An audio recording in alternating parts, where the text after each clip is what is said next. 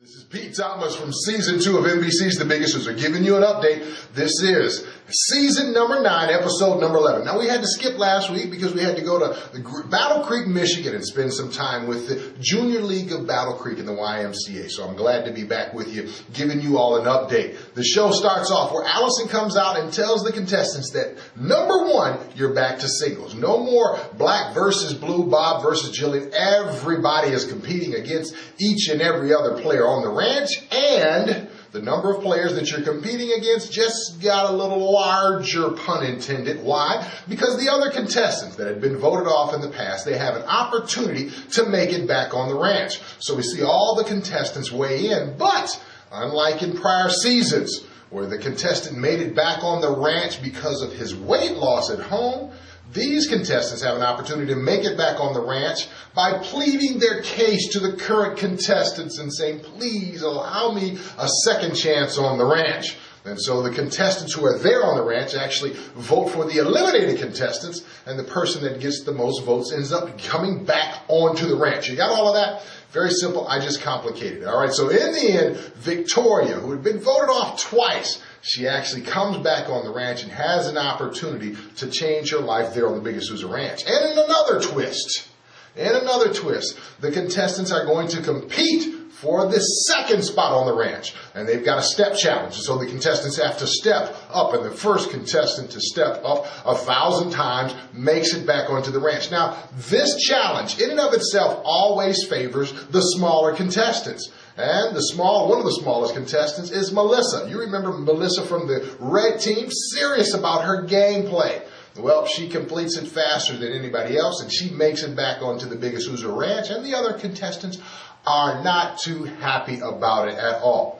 Now, speaking of being not too happy, Ashley is not too happy with Stephanie because she thinks that Stephanie in times past has thrown the weigh in, and so there's all of this intermingled drama. And in the midst of this, Victoria has to get accustomed to the beatdowns that is delivered by Jillian. And so a very, very good show. And then we go to the weigh-in room, so we don't have the extra challenge and all of that other stuff. We go straight to the weigh-in room. In the weigh-in room, we've got some great numbers. Our girl, Drea, puts up a 2% weight loss, and so we see on the one end the contestants do very well, but on the other end some don't do so well at all, including Sam and Stephanie. Sam's putting on a massive amount of muscle. He only loses a couple of pounds. The same way with Melissa. She only loses a pound. They fall below the yellow line. And again, all of that discussion between Ashley and Stephanie beforehand, it was all just an omen of what was to come. And sure enough, Stephanie gets sent home.